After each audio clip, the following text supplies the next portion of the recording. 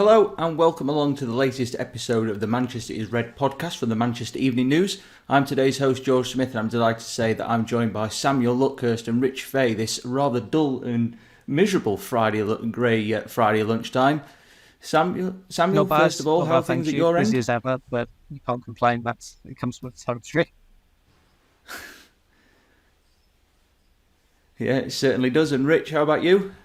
Yeah, no, but I mean, you didn't get the grey memo, did you? If anyone's watching on YouTube, they'll see myself and Samuel are both dressed appropriately for the weather. Very doom and gloom. I guess black will do, but yeah, it does. Yeah, colour I didn't get the memo for it just feels.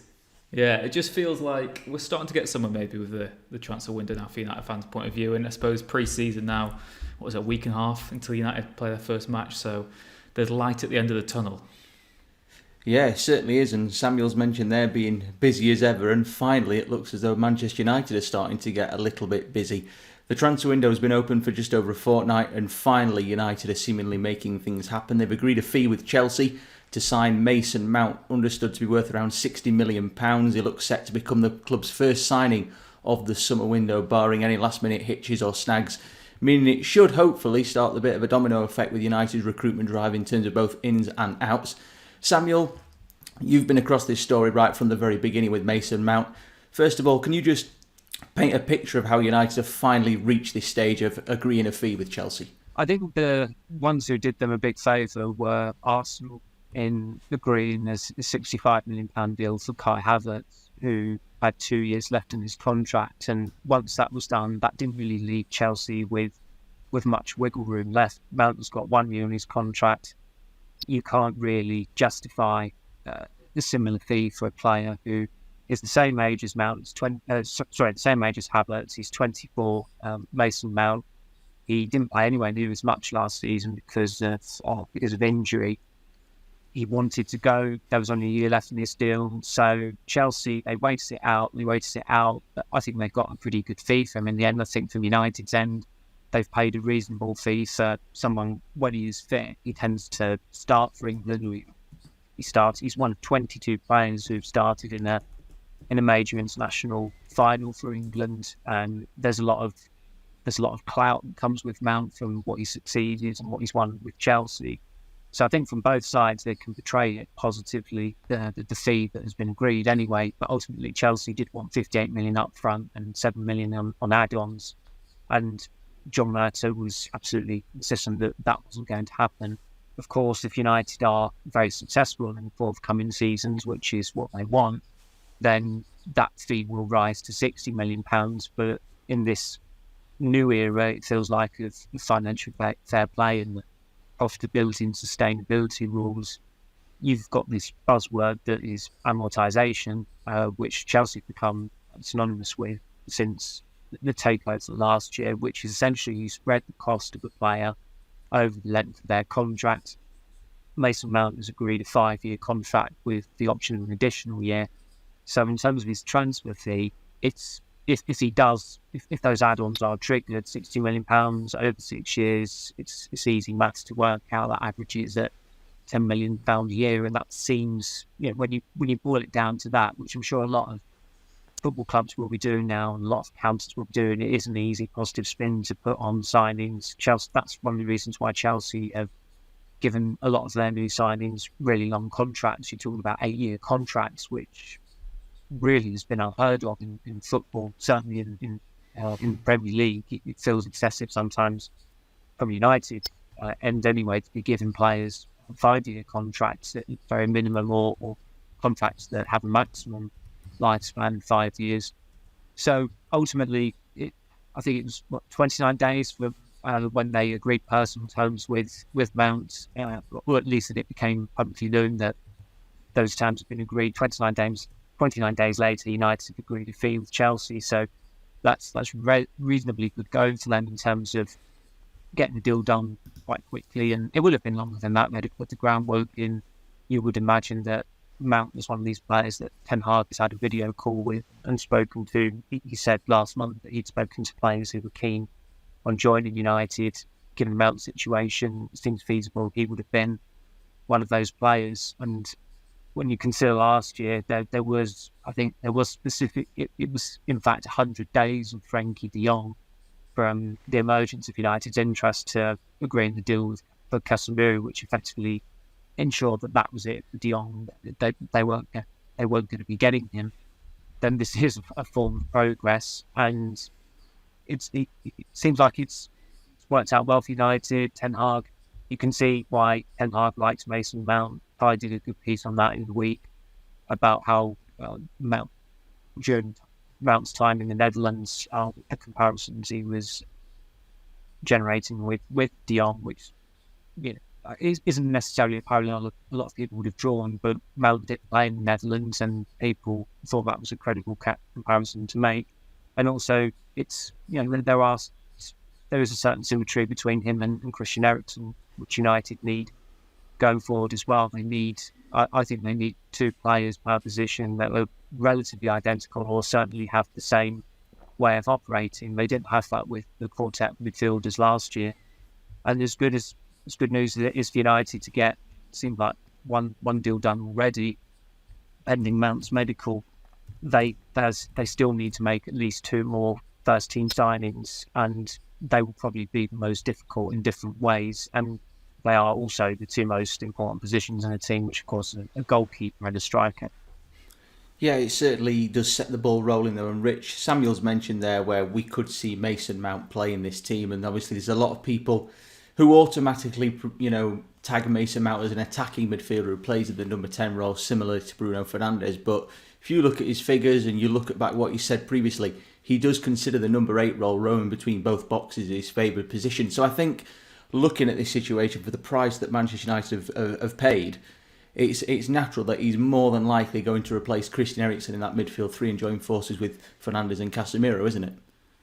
Absolutely, and if you watch United last season, even before Eriksen's injury, he was starting to run on empty a bit. He's a brilliant talent, but he should only have ever been signed as sort of a supplementary option in himself. And you can see Eriksen eventually sort of being what Mata and Matic were for United, a player who has value and can do things in shorter spells, but someone that they need to manage carefully. And last season, they were almost victims of their own success, that Eriksen came in, was brilliant, and then they just felt they had to play him every single game.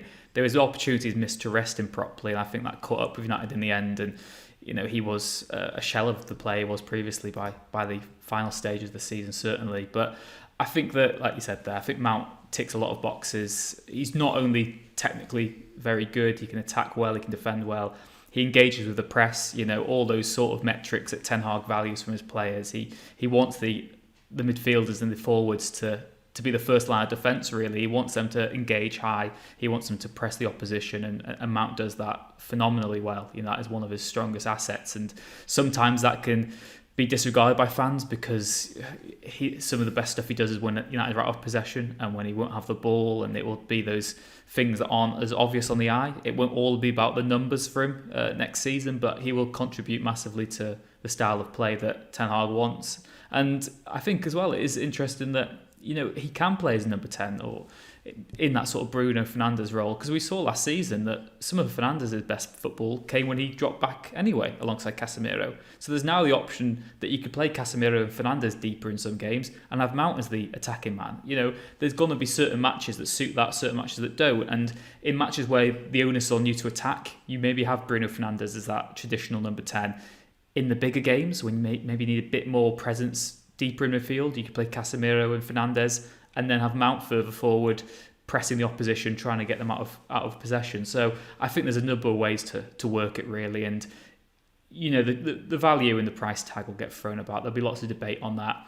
It is high, but he's a player that Ten Hag wanted. He ticks the box, and it's done now. So I think United just needed to get that first one under their belt. I also think that it's crucial, now that United have the deal in place for Mount, they know what they've got left budget-wise. There's so much uncertainty still at the takeover and player sales, but at least they know now that amount of money is gone. This is what they've got left, and it should make, hopefully, the following up with further additions a little bit easier. But that, again, is easier said than done.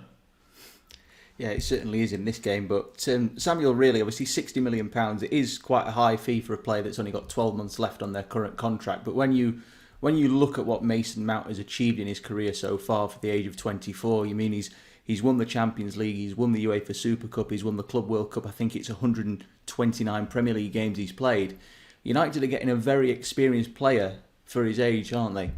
They are, and it's not that long ago that he made his Premier League debut. It certainly doesn't feel that way anyway, and I think that would have been at Old Trafford when obviously Chelsea had that transfer embargo and Frank Lampard promoted all those young players that otherwise would not have got promoted because that's just not the way Chelsea operate. But Mount did seem to be the pick of them, and he certainly achieved the most. You look at the other players, I think most of them have moved on. Abraham went to Roma, Gilmour went to Brighton, Tomori went to AC Milan. So it's not quite worked out for the others. But with Mount, his career has just been a constant upward curve, certainly until last season when he got injured. And I don't think anybody came out of Chelsea's season smelling of roses last term. But it still is somewhat of a surprise that it's come to this for Chelsea. But the problem they had was that they offered Reece James and made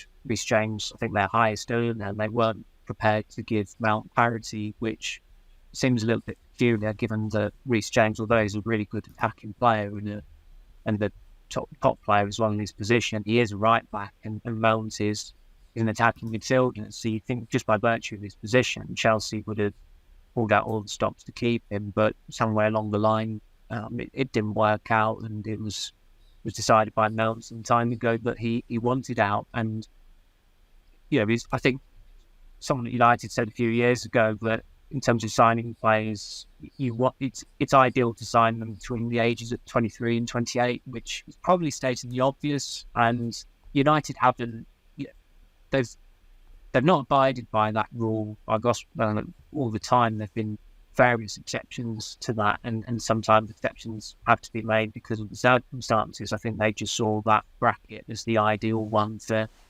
their main signings, and some of those players have fallen into that age bracket. I think with Mount, although he's one of these players that is unfashionable with a lot of supporters, I think that is by virtue of his nationality. Because for some reason it's seen as, if you were to do a poll of fans on Twitter, which of course is not a reliable gauge, they'd probably pick an English player to sign last, even if the English player was Ballon d'Or. But that's just how warped it can be.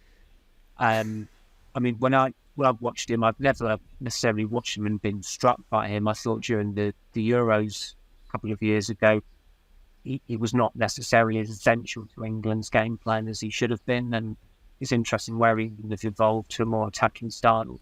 Mount has come out of the team. He wasn't a certain starter at the World Cup. I think he came on in the defeat to France in the quarterfinals. But there have been a diverse range of coaches. You think Lampard, Southgate, Potter, Ten Hag, Thomas Tuchel, who really like Mount. And his work off the ball is going to be really important as well, because that has been a real shortcoming of United's in recent years. And they did make progress in terms of pressing and off the ball work last season under Ten Hag, because that's what he demanded. And the more players that are aligned with him, the better. I suppose if you were a skeptic, you'd say, why are United still signing players just purely in a manager's image? Is that a bit risky? But given the progress Ten Hag has made and the pretty good hit rate he's got in the transfer market during his time at United, they have to back him. And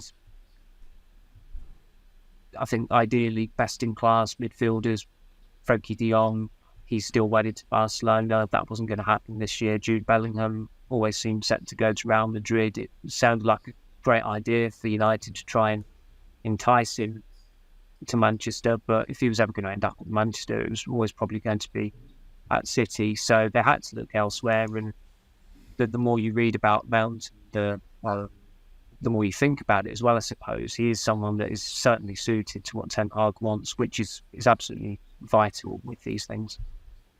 Yeah, definitely. It is a sign of Erik Ten Hag once again being back with the players that he wants, which obviously he did last summer with the likes of Anthony and Lissandro Martinez, which were considered risks. But Rich, obviously you've mentioned there, getting this Mount deal done will of course give United a clearer picture of what they've got left to play with. Obviously they're going to try and raise further funds through player sales. But of course now they've got to turn their attention to the main mission, which is bringing in a new centre forward. One that's very much easier said than done. There's so many players that have been linked with United in this position.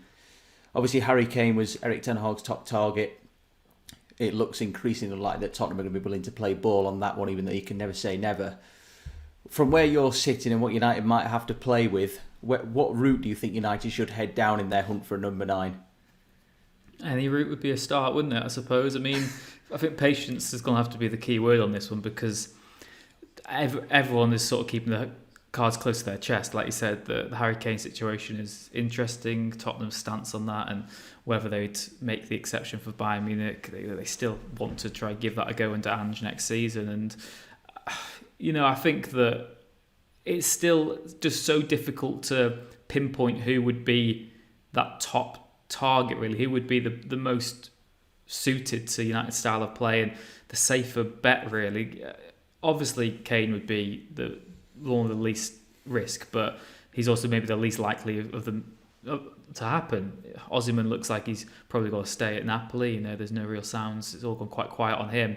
And then everyone else is pretty much a gamble, because you just don't know what you're going to get. And players like Colomani and Højlund started off as these budget-friendlier options, but now the word is, and all the noise being made, is that they could command fees similar to that of the elite ones anyway. So if they're all in the same bracket, as I seem to say on every podcast, I would at least try and make a go of Harry Kane. I would have done that before Mason Mount. If you know your budget is only between sort of 100 or 150 million, I would have just thrown it all at getting Kane, and I would have said, if we only sign a striker this summer, then that's fine. That will have the biggest impact on turning United from title challenges to the real deal, really.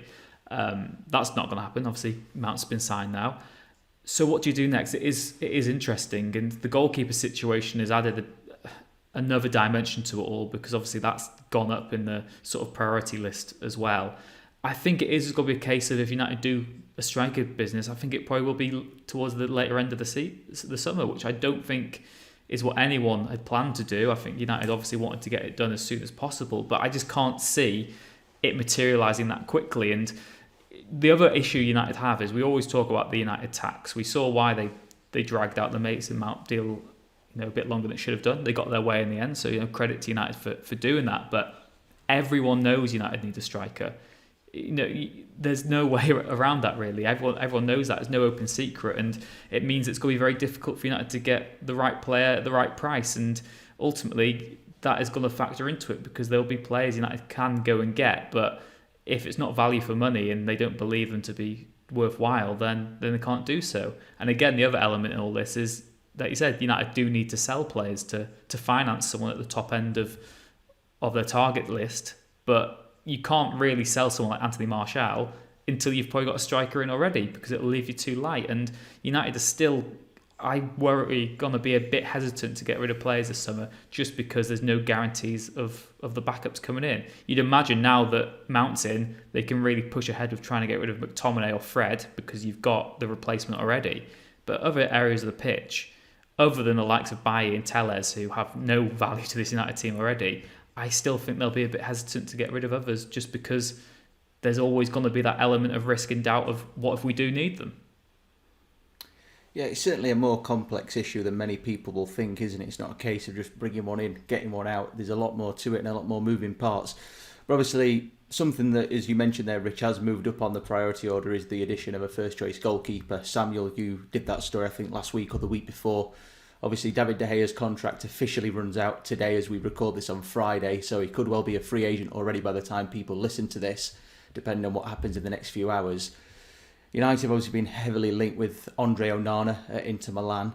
Do you think that would be a goer if United do lose De Gea? Do you think they've got the money in the kitty to go for Onana? There's fees quoted of £45-50 million for him, so they really are going to have to try and put something together in terms of a sales package to get these players out, because it's all stacking up for what they need. But if De Gea goes, they do need a first choice goalkeeper rather than a backup option.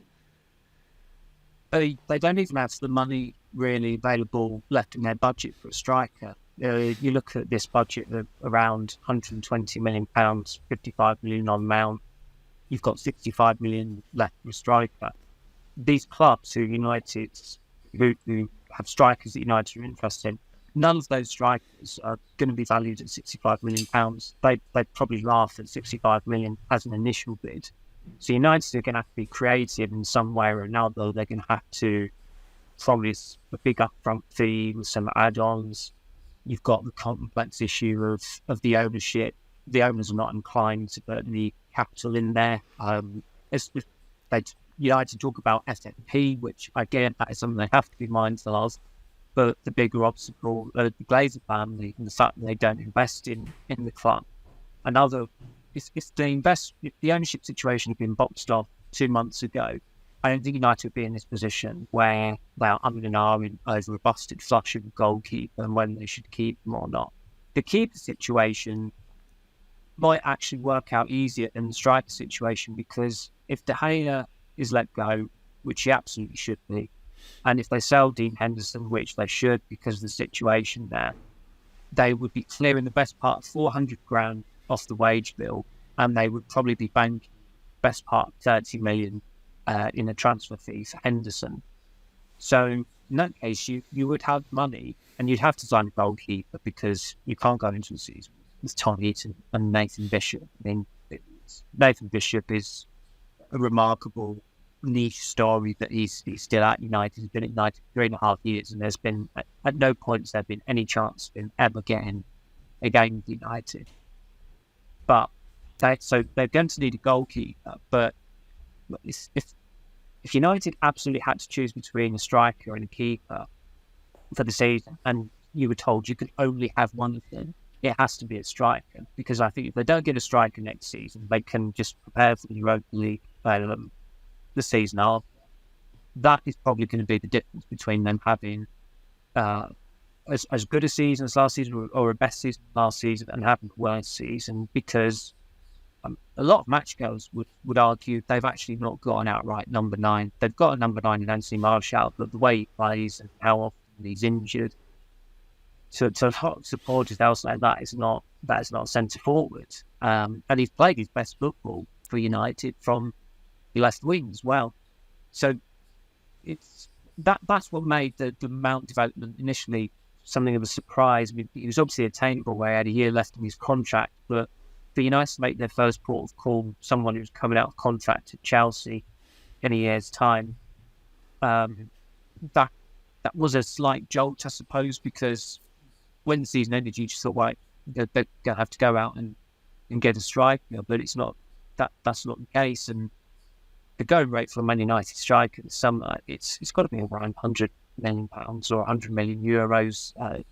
United, I think, have got scope to negotiate that fee down with some of the clubs, but the players that we talk about, I mean, Osimhen, I think, is probably, other than Kane, he's probably in the best situation for a club signing in terms of his contract. I think he's only got 2 years left on his deal at Napoli at the moment, but Napoli could easily command a higher fee for him than Tottenham could for Kane because of Osimhen's stock at the moment. He's regarded as one of the best number 9s in the world. Randall Colomwani, Eintracht Frankfurt, Rasmus Højlund, and Atalanta, they're both contracted to their clubs until 2027.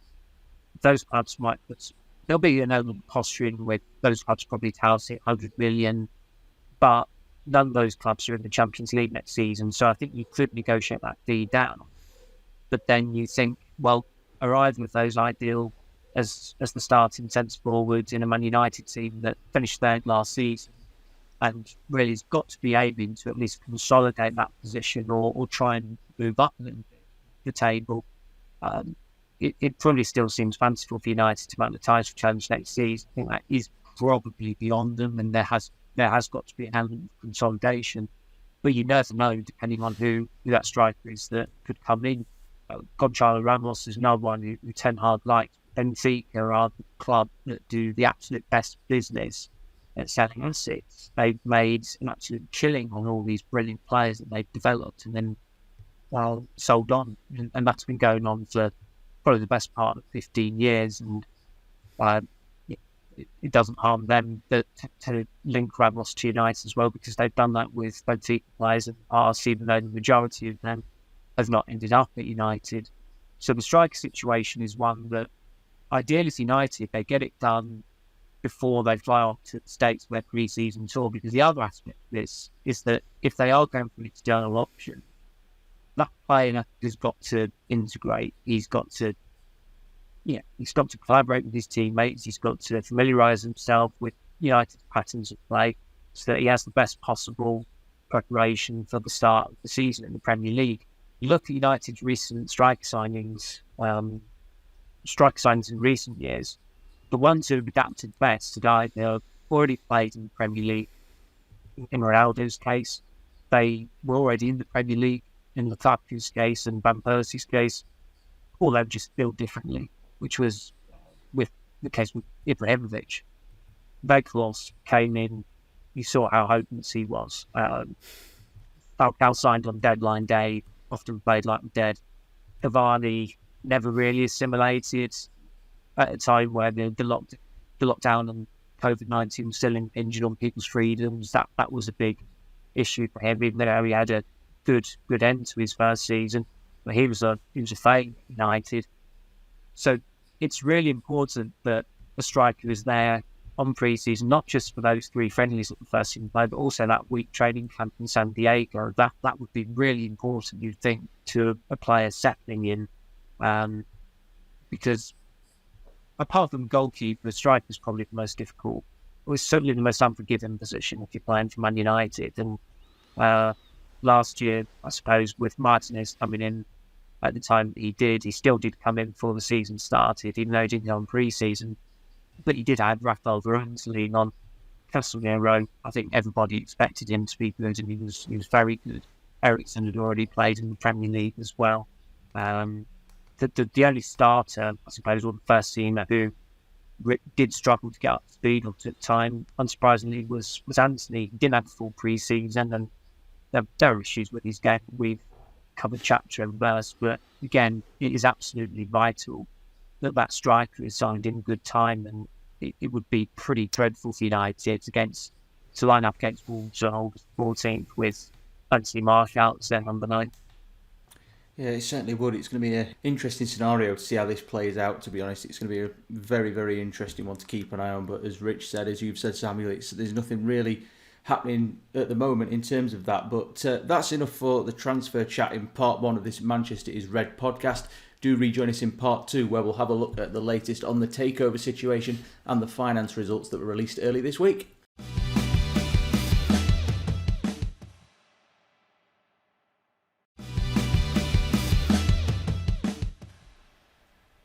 Welcome back to part 2 of the Manchester is Red podcast. As I said a few moments ago, we're now going to look at the latest on the takeover front and the financial situation at Old Trafford. Rich, this situation, as we've discussed many, many times over the last 7 months or so, is just continuing to rumble on and on and on. Sheikh Jassim still keen to get a deal done. Sir Jim Ratcliffe still keen to get a deal done. I just think it's just one of these that we can continue to not put a time frame on. It's just going to rumble on as long as it's going to take, isn't it? Yeah, it'll happen when it happens. And there's been so many deadlines and, bids in this whole process that you can't even say with sort of faith or confidence that the next one will even be the last one, because we've heard it time and time again. It's just been dragging on endlessly, really, and it again is another factor of all the transfer talk we've been mentioning previously on the podcast, that there is the mitigation of the takeover and how that could influence it, not just in terms of finance. Would the owners want United to have a different transfer model even? Would they want different people in charge of the transfers? There's still, a lot of stuff up in the air with regard to all that, and it could all change quite quickly. It's a very fluid situation, and, you've always got a caveat with it that something could happen quickly, but this is Man United, this is the Glazers, so I would not put that past it at all. And, it's just been an indictment, and it's sort of summarised their entire time at the club that it's taken this long, that their final act has been so tediously drawn out and played out in front of the world media as it has done, really. And, you can maybe understand from a certain point of view, they want to get the most money they can for the club, because at the end of the day, it is a sales process. That is what their ultimate interest is. Their interest isn't what's best for Man United, it's what's best for the Glazer family, and that is getting as much money as they can. But yeah, like you said, George, I just think that everyone is tired of it. Everyone just wants some sort of conclusion some way or another. It's far easier said than done that things are going to happen. Whenever there seems to be an update, social media goes into a frenzy. You see the Qatar flags, being posted everywhere. You see the hype that, it's imminent, this is going to happen. And inevitably, it all goes quiet again. It drags on for a little longer. And the fact of the matter is that United have already lost so much key time this summer because of the takeover uncertainty in the transfer window. We talk about how United have their targets established earlier in the year. They make contact, and then they can start executing those plans when the summer window opens. It's not as if transfer window opens and United say, right, who should we buy? They've known for ages who it is they want to buy. They have to then go and execute it. And like we said, there's so many variables about who they actually go and get. But they've already lost so much key time. And it'll get to the stage where even if a takeover happens, there might not be enough time for it to actually be finalised and go through for United to make any meaningful impact with it in the window anyway. So United just have to operate, as we said, I think earlier in the week on the last podcast, in this sort of worst case scenario situation where you've got to just imagine and plan as if a takeover is not going to happen, and you're not going to sell as many players as you want to, and you dream of doing so, because until United actually have that money in the bank, they can't spend it. And yeah, I think ultimately, as you're well aware, George, it is just a case of it will happen when it happens, and then that's when we can maybe start talking more definitively about what might happen next. But yeah, right now it's still as tedious as ever. Yeah, it certainly is. Every update you see, like you said, Rich, it sends people excited for a couple of hours, then all dies down again, and we do the same again a couple of days later or whatever. It's just going around in one big circle with no closer to a conclusion. But as for the financial results that came out early this week, Samuel, you were across those. United's transfer plans aren't affected by the financial results. You've mentioned that in a piece that you did when the data came out. Sources have said that the cash is available for investment in the squad, but it's FFP that United are having to be mindful of. Just like, a few other clubs in there. I know Newcastle have been very mindful of it, even though they've got an incredible amount of money at their disposal. So where do you sit with this? Because obviously the Glazers, they're not pumping their own money in, but United's, revenues are up the projected revenues are up at the moment. It's just, again, a lot of moving parts, and the takeover is just, adding an extra spice to it all, isn't it?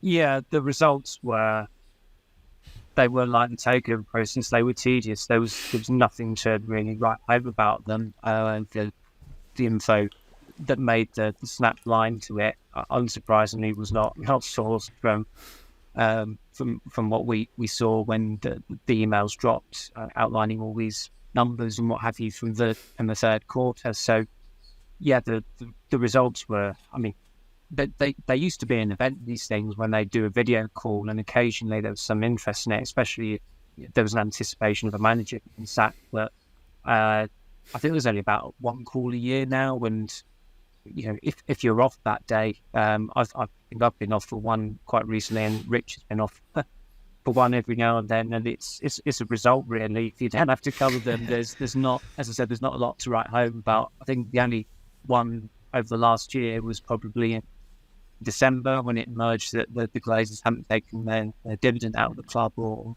something like that. But no, it's not a day that sets the pulses racing if you're in a newsroom, and you're duty bound to write it, cover it, follow it up, and what have you. But it's as I said, it doesn't set the pulses racing. If anything, I think it slows down the pulse writing about it. So it was very, very was very grateful to actually move on to something else from that. And yeah, there was an AGM in New York this week, but that was not an exciting event. It's not like an episode of Succession. It's as Rich said, put it very well. It's just utterly tedious, and it becomes a popularity contest even. Rio Ferdinand seemed to get some grief after the Champions League final for being congratulatory towards Man City. So then a couple of days later he does did he do a video chat or something like that saying Qatar is imminent? And you just think you said that because you're trying to get back on side with Man United fans. Guess what? Qatar, it was not him, because here we are 2 weeks later and still nothing has happened. So, I think the thing I've discovered with this whole strategic review over the last 7 months, which felt like 7 years, is that less is more, because there's been a hell of a lot, and a lot of it is revelry.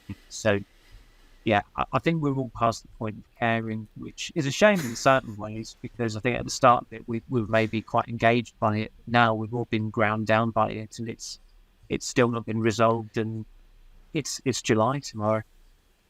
Yeah, it certainly is. I mean, there's been so many updates that aren't particularly updates, if you get my meaning. There's been so many little things that mean nothing. But here we are. And that's the caveat as well, isn't it, George? That you'll hear this like, oh, this bid's confident of winning. They're not going to say they're not confident of winning, are they? Because that undermines the whole process and their whole everything they're doing. And also, if one bid looks like it's winning, well, that means someone can counter bid, come in with a better offer. Until one of the parties publicly sort of draws out of the process and withdraws and says, that's it, we're not engaged anymore, and they mean that, and there isn't an offer on the table, it's going to carry on happening. Because you might say this party is winning and they're confident, but then the other party might hit back, restructure their bid, put some more money on the table. So it's just going to carry on going and going. And yeah, people will take it hook, line and sinker, but until they've actually seen that official statement of a takeover being complete, it is just going to drag on this way. And yeah, thankfully, Samuel and myself will both be away this summer for a part of it, and we can hopefully avoid some of the daily social media sort of cycle of it all. But yeah, it's just I can't wait till it's over, to be honest. Yeah, it's quite mad to believe that the World Cup was only 3 days old when the Glazers' first statement came out. That was all the World Cup was, 3 days in. Cast your mind back to when England beat Iran 6-2. It was the day after that, and that feels like a lifetime ago now. So yeah, 7 months on, and really nothing's happened in 7 months, to be totally honest. So I think at this point we'll move on and end part 2 on the takeover, because there's not really that much more to discuss on this. So in part 3 we'll look ahead to pre-season, because that's creeping up, and concentrate on matters back on the pitch.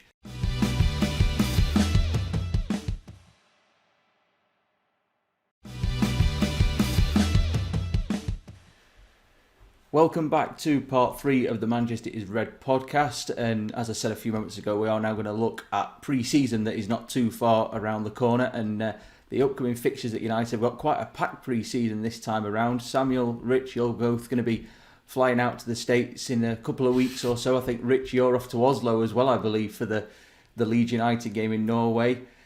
It's all suddenly crept up rather quickly, Samuel, hasn't it? Considering United's last game was, I think, the 3rd of June when they lost to City in the FA Cup final. It's almost at the point of, let's start the cycle again.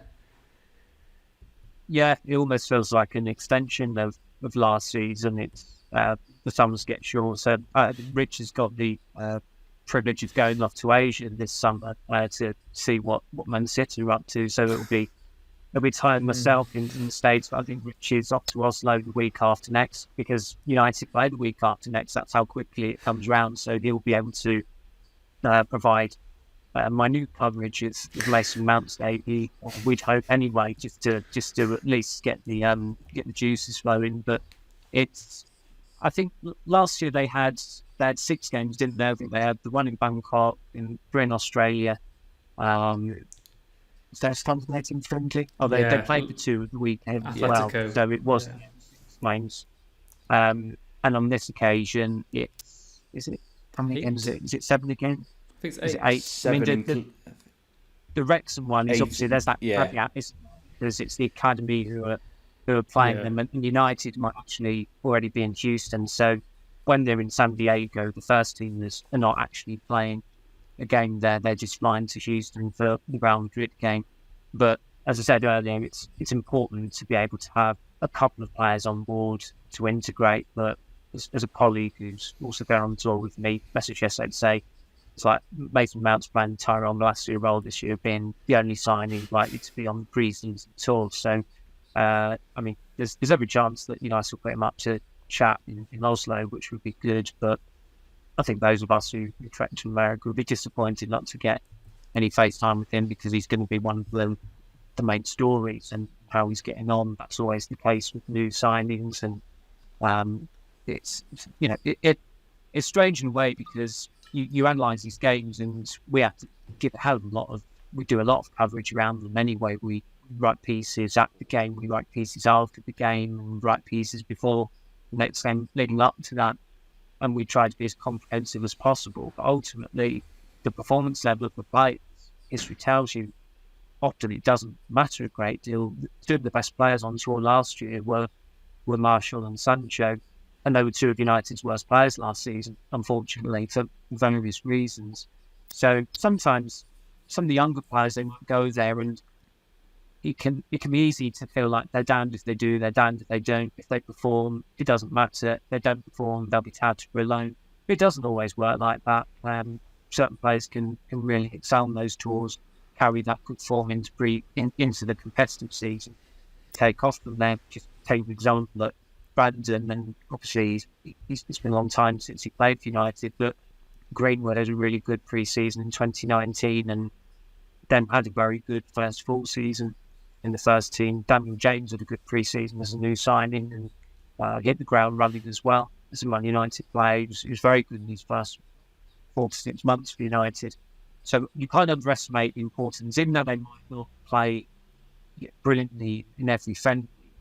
Just being able to train with teammates, being able to adapt to the environment and get to know our new surroundings, that is important. And it's a pretty great one to have the privilege to go to as well. They go to some pretty amazing places in America, and there were some new stadiums for them to go to. I mean, United, unsurprisingly, had never played in Las Vegas. There have been many teams that played in Las Vegas until last year, where the Elysian Stadium's only just been recently constructed. But certainly, when on the one occasion I did go to Las Vegas and was driven past every cab, and I saw the stadium there that I had no idea was being built, I thought immediately, well, it's only a matter of time until there are European clubs coming here to play friendlies. Of course, they had Barcelona and Real Madrid there last year. So United Dortmund isn't quite the fixture on the level of Barcelona and Real Madrid, but it's still going to be quite curious to see how it plays out.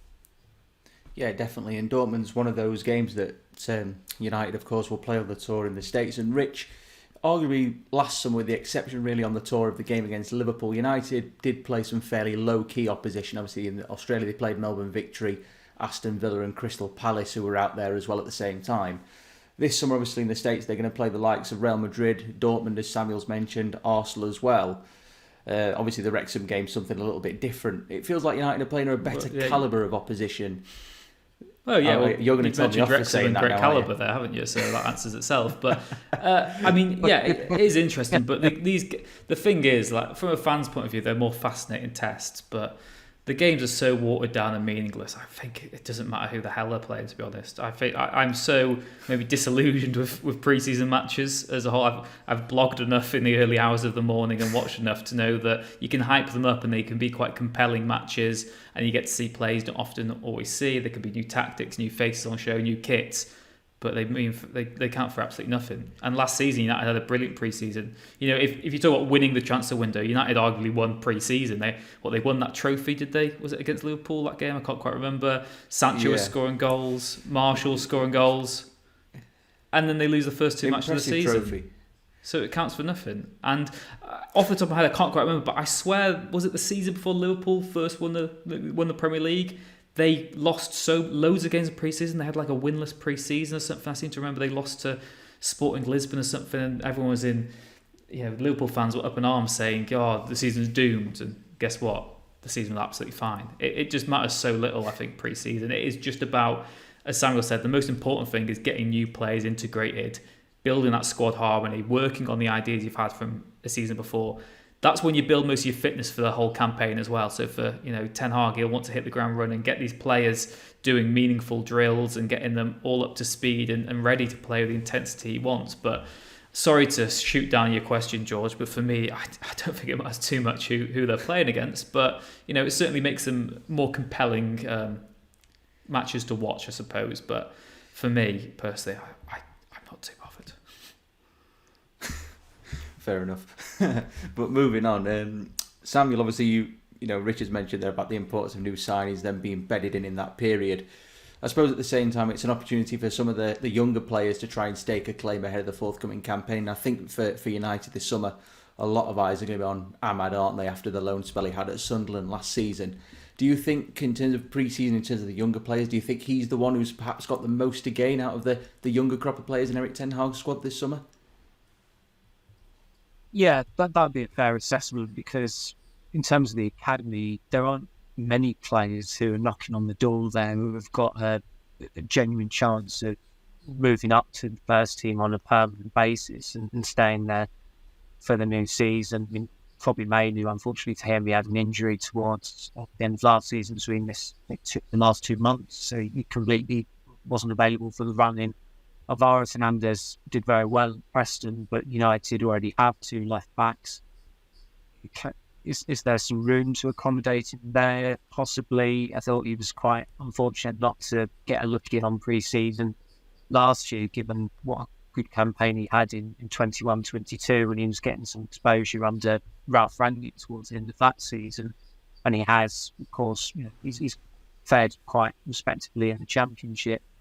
But I think Rich has written about it quite comprehensively about Ten Hag not wanting to just take an academy player for the sake of it. They're not going to have a big role to play in the squad next season. I mean, with Hannibal Mejbri, of course, was the headline signing when United bought him for €10 million from Monaco nearly 4 years ago. We thought maybe last summer he was going to get ample exposure, but I'm struggling to really recall him doing much in Australia or Thailand.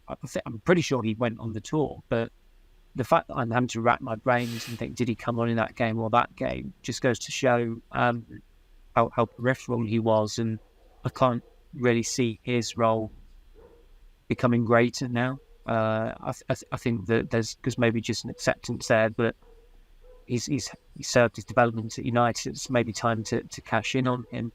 So there aren't that many young players, as I said, who have got a really good chance for looking next season. I mean, United's squad is still too big, even though a lot of those players, if they got a good fee for them, they'd say, yeah, he can go. It doesn't work out like that. I think I wrote last week that United have maybe not even, I wouldn't even necessarily say United have got the starting 11 of musky players at the moment. And that just goes to show what a good job Ten Hag did last season, but also how many players there are absolutely expendable, and they're not all going to go. Of course, they can't. You're not going to get rid of 12 players and sign 12 players. I don't think anyone would even be able to do that on Football Manager necessarily. So there are going to be some players there that, although they might be duffers, Ten Hag has got to make the most out of them. And the really great coaches in recent years, they've done that. I mean, Divock Origi was turned into a cult figure at Liverpool by Jurgen Klopp. It's easy to forget, but he was actually signed by Brendan Rodgers, and that was all the way back after the World Cup in 2014. I think Pochettino at Tottenham, he inherited Moussa Sissoko, or he might have signed Moussa Sissoko, I think. I can't remember whether he was already there. But he didn't strike you as a player who's going to be integral at Spurs, and yet he had some work there. So Ten Hag is going to have to do that with certain players. Sanchez springs to mind in that sense. We're going back to Ahmad. I think it's United. United just got to try and give it a go. And if it doesn't work after one season or half a season, then you can cut your losses then. You've got time on the contract, and his resale value shouldn't be too impacted by one potentially humdrum season. But he's left-footed. He's done very well in the Championship. He's filled out a bit. Ten Hag has said his future was at the club. It was a big investment for his age, and given that he was a relative unknown as well, it's nearly 3 years down the line from when they signed him. It's high time now, and I think he's got enough reasonable experience in British football under his belt for United to give it a go. And it's important that they do have 2 left-footed forwards just for the balance of the attack, because when Anthony came out of the team last season, they were compromised then. As Rich said earlier with Eriksen, he came out on one of the, I think it's 25 times Ericsson was substituted in the second half last season. When he came off, the guy going on for him was nothing like Christian Eriksen.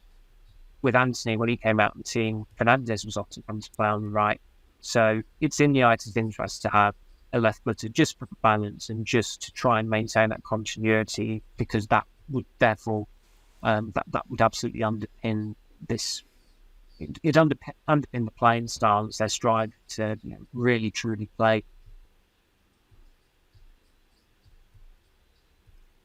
Yeah, I fully agree with that. And like you've said there, Samuel, it's worth a go, isn't it? He's gone into the Championship, earned his trade, and he did very, very well. So he's certainly worthy of a go. And just lastly, Rich, just to wrap it up, Samuel mentioned there about Man United not really having that many youngsters who are probably going to break into that first team squad next season. But of course, we saw last year, didn't we? Zidane Iqbal was arguably the breakout star of United's tour of Thailand, Australia, and we all saw what happened to him. So even if a youngster, does get a good few opportunities in pre-season, they do well, it doesn't automatically mean that they're going to go on to have a plush career at Old Trafford, does it?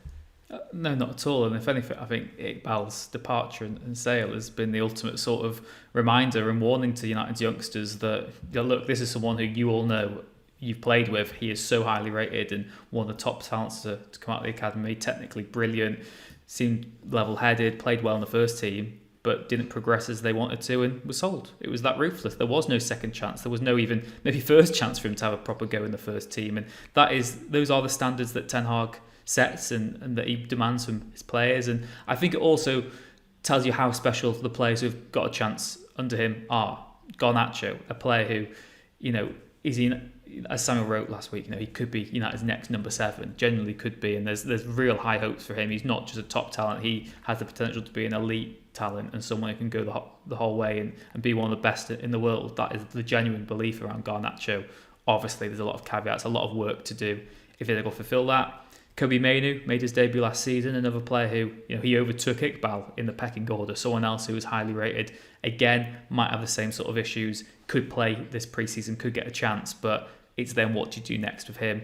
Charlie McNeil, he got that game against Sociedad, didn't he? Went out on loan, did all right, but that was in League 2 for Newport, who were very average. So maybe he is not as far along as they'd hoped this moment in time. But there's a lot of work to do for these youngsters, and I think Ten Hag being in charge is exactly what they need. But he's not going to just give up token appearances in matches next season, because that's what the club have a heritage of doing, and they've got an illustrious youth academy, but it's built on having players who deserve that chance, not just handing out appearances willy-nilly. And Ten Hag wants those standards to be in place, and I think he's the right manager to do that and to nurture that talent. But yeah, I think Iqbal's sale was certainly a reminder that you have to be very, very good to get a chance in this United team. Yeah, definitely. He's going to be, he doesn't hand them out easily, does he? He's certainly particular about who he hands out opportunities to. Anyway, that's a wrap for this week's episode of the Manchester is Red podcast. A big thank you to Samuel and Rich both for joining me this Friday lunchtime. As always, it goes without saying that if you enjoyed this podcast and would prefer to watch it as well as listen to us, we are on YouTube as well. Just search Manchester is Red and you can subscribe to the channel there. Also, we're trying to promote our TikTok page and the website as well. Just search @ManUnitedMen on TikTok. And that goes without saying. We'll be back again on Monday to discuss and debate all the very latest United news and views. Have a great weekend, and we'll catch you again very soon.